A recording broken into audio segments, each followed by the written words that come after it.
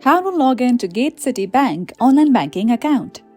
Hey everyone, this is Susan from Create Login and Delete, and now let's get started. So first of all, launch web browser or search engine on your device.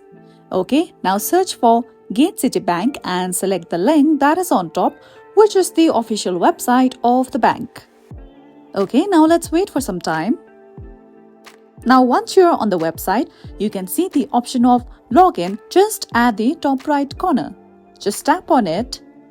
Now you can see a login portal right here where you have to enter your user ID and your password. Now after you enter your credentials, just tap on go and then you will be signed in to your gatecity.bank account. Now for instance, let's say that you forgot your password or your user ID.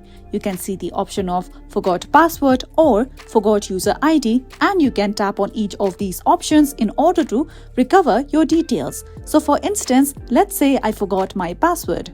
Okay, so let's tap on forgot password and then you will come to this page where you have to enter your user ID, your first name and your last name, and then simply tap on submit.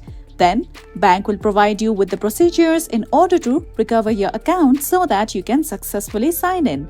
And this is it for today. If you found this video helpful and informative, don't forget to like and subscribe.